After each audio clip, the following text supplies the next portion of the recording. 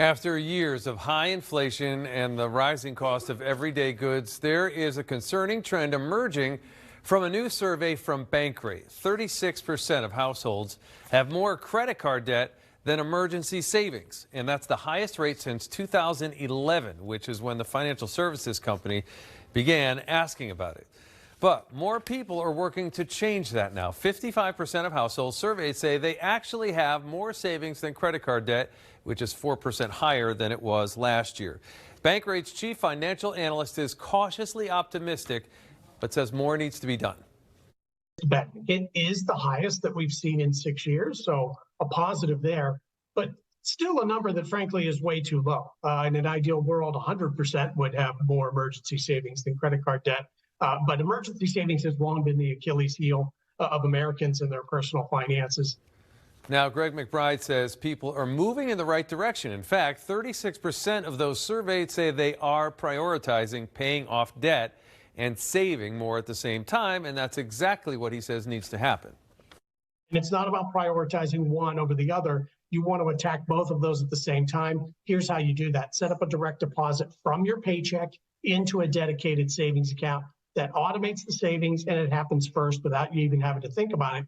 Then you can channel your take-home pay into paying down that credit card debt.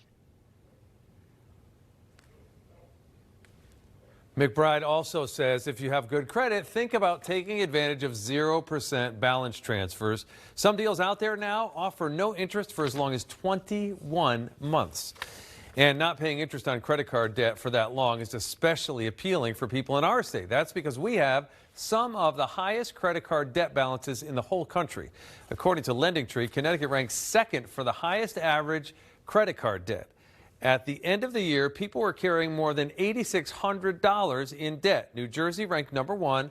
Maryland, New York, and Massachusetts rounded out the top five. And while New Jersey had more debt in the amount, Connecticut had been growing faster. Between the third and fourth quarter of 2023, the average credit card debt for people in our state jumped nearly 3%. New Jersey was about half that. The debt for people in Maryland actually dropped. Inflation has really done a number on household budgets. It's contributed to the surge in credit card debt we've seen, but it's also run down a lot of the savings balances, particularly those that had been accumulated during the pandemic.